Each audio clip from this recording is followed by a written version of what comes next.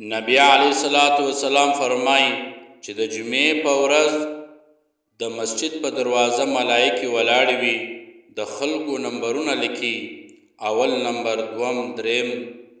چې امام خطبې ته ولاړ سي، ملائکې دفتر بند کړي، لیکایي بند کړي، خطبې ته غوږ ونیسي.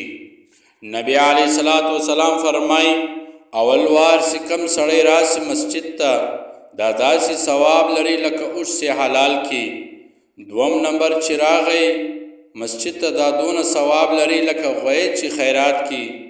دریم نمبر چې راغی دا داسې ثواب لري لکه پسه چې حلال کی. څلورم نمبر چې راغی دا داسې ثواب لري لکه چرګ چې حلال کی. پنځم نمبر چې راغی دا داسې ثواب لري لکه هګۍ چې خیرات کی. کله چې امام خطبه شروع کی نو ملائکې هغه کاغذ راټول کی، دفتر بند کی، لیکایي بند کی، د امام خطبې ته غوږ ونیسي. نو بختور هغه ده چې اوښ خیرات کوي، بیا بختور هغه ده چې غوی خیرات کوي، بیا بختور هغه ده چې پسه خیرات کوي، بیا تر هغه وخته پورې چې هګۍ ته رارسیږي.